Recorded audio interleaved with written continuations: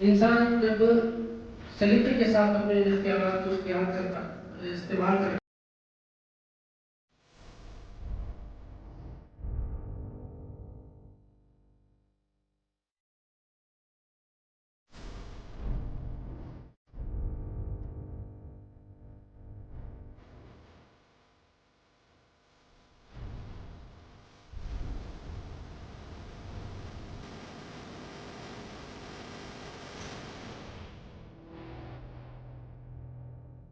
اس نے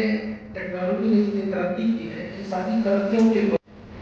اس میں رہنمائی ہے، اور ہر زمانے میں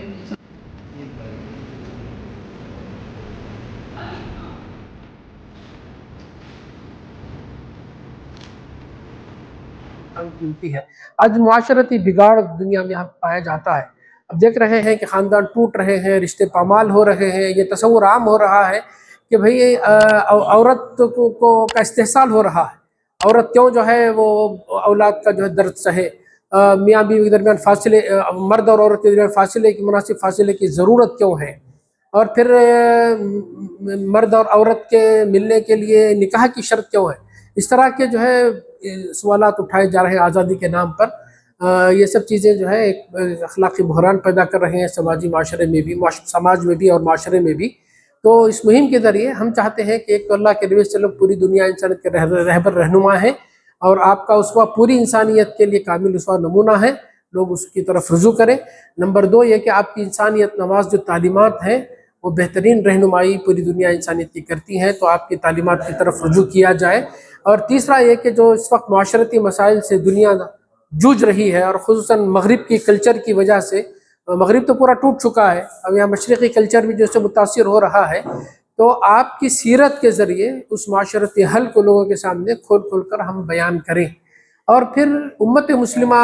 ایک عام قوموں کی طرح ایک قوم نہیں ہے، عام گروہوں کی طرح ایک گروہ نہیں ہے، بلکہ وہ ذمہ دار ہے، رسپانسبل ہے، خیر امت ہے، اور قیادت کے منصب پر اللہ تعالیٰ نے اس کو فائز کیا ہے۔ تو لہذا اسلام کی وہ بہترین نمائندگی قولی اور عملی کرے، اسلام کی تعلیمات کو وہ کھول کھول کر لوگوں کے سامنے بیان کرے، اور پھر وہ اس کا عملی مظہر بھی انسانوں کے سامنے وہ پیش کرے۔ یہ چار بنیادی مقاصد ہیں جس کے تحت یہ مہم منعقد کی جا رہی ہے، مختلف تقریروں کے ذریعے، اجتماعات کے ذریعے، ڈراموں کے ذریعے، سیمینارز کے ذریعے، اور میڈیا اور سوشل میڈیا کے ذریعے اس پیغام کو انشاءاللہ ہم عام کرنے کی کوشش کریں گے۔ اللہ کے رسول صلی اللہ علیہ وسلم کی سیرت سے متعلق مختلف زبانوں میں، کنڑ میں، اردو میں، انگلش میں جو کتابچے ہیں وہ بھی ہم عام کریں گے، اور خصوصاً برادران وطن میں سے جن لوگوں نے بھی آپ کے سلسلے میں جو کچھ لکھا ہے، اس کا ان مضامین کا مجموعہ بھی مرتب کیا گیا ہے، وہ بھی ہم انشاءاللہ لوگوں کے لیے عام کریں گے، اور اس کے ذریعے جو ہے اسلام اور مسلمانوں سے متعلق جو غلط فہمیاں ہیں اس کے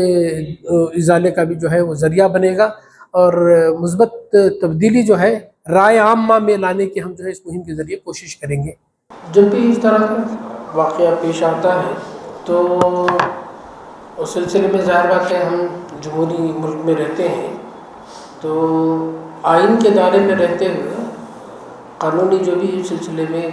کارروائیاں ہو سکتی ہیں وہ تو الحمدللہ مختلف تنظیمیں کرتی ہیں۔ جماعت اسلامی بھی اس سلسلے میں سب سے آگے ہے، اور ہمارا APCR جو ہے association of protection of civil rights کا ایک ادارہ ہے، وہ بہت ایکٹیو ہے اس سلسلے میں۔ وہ جو بھی مجرم ہوتے ہیں اس سلسلے میں تو ان پر باقاعدہ قانونی کارروائی کی جاتی ہے، فالو اپ کیا جاتا ہے، اور الحمدللہ اس کے بہتر نتائج بھی ہمارے سامنے آتے ہیں۔ بہرحال آپ جانتے ہیں ہمارے ملک میں ایک گروہ ایسا ہے جو ہمیشہ اس طرح کی شرارتیں کرتا ہے، اور وہ اس سے بہت سارے اپنے مادی اور سیاسی فائدے اٹھانا چاہتا ہے، باوجود ہماری کوشش ہو کہ وہ اس طرح سے کرتا ہی رہے گا، اور یہ سلسلہ قیامت تک رہے گا یہ کشمکش کا۔ تو بہرحال ہماری کوششیں جاری رہنا، اور اس سے فائدہ اٹھاتے ہوئے ہم اللہ کے نبی صلی اللہ علیہ وسلم کا عام لوگوں کے ذہن سامنے بہترین تعارف کا ذریعہ بنتا ہے، یہ سب یہ واقعات بنتے ہیں، تو اس موقع سے فائدہ اٹھاتے ہوئے وہ کام کو کرنا چاہیے۔ یہ مہمات، اس طرح کی مہمات اس کے لیے بڑی مددگار معاون ثابت ہوتی ہیں۔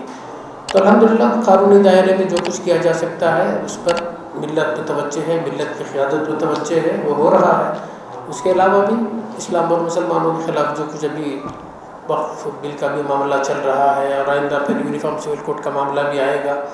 تو اس میں all India Muslim personal law board بھی اور ملی تنظیمیں متوجہ ہے. انشاءاللہ ہم سب مل کر اس سلسلے میں جو کچھ کر سکتے ہیں وہ کریں گے انشاءاللہ.